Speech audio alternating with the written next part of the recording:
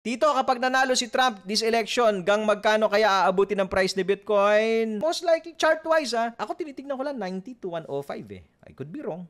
Pwedeng 80 lang. One thing I learned no dito sa mundo ng trading and investing, isa po ito, especially sa active trading, especially sa gold. Don't expect too much. That's one thing. Especially if you're actively trading gold. Bitcoin. Don't expect too much para you will not get disappointed. Kasi pag masyadong mataas yung expectation mo, naka to the moon ka because most of the YouTubers na napanood mo to the moon, 200, 250, 500K.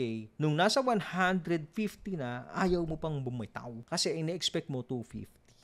Diba? Don't expect too much. Especially kung maganda na yung position mo, diba, Tito Pogs? Nakabodega ka sa ilalim. Kumita ka ng doble, triple, in 4 years, triple your money, not bad. Ngayon, next cycle, uulitin mo lang yan eh. What is important here is ma-develop yung skill.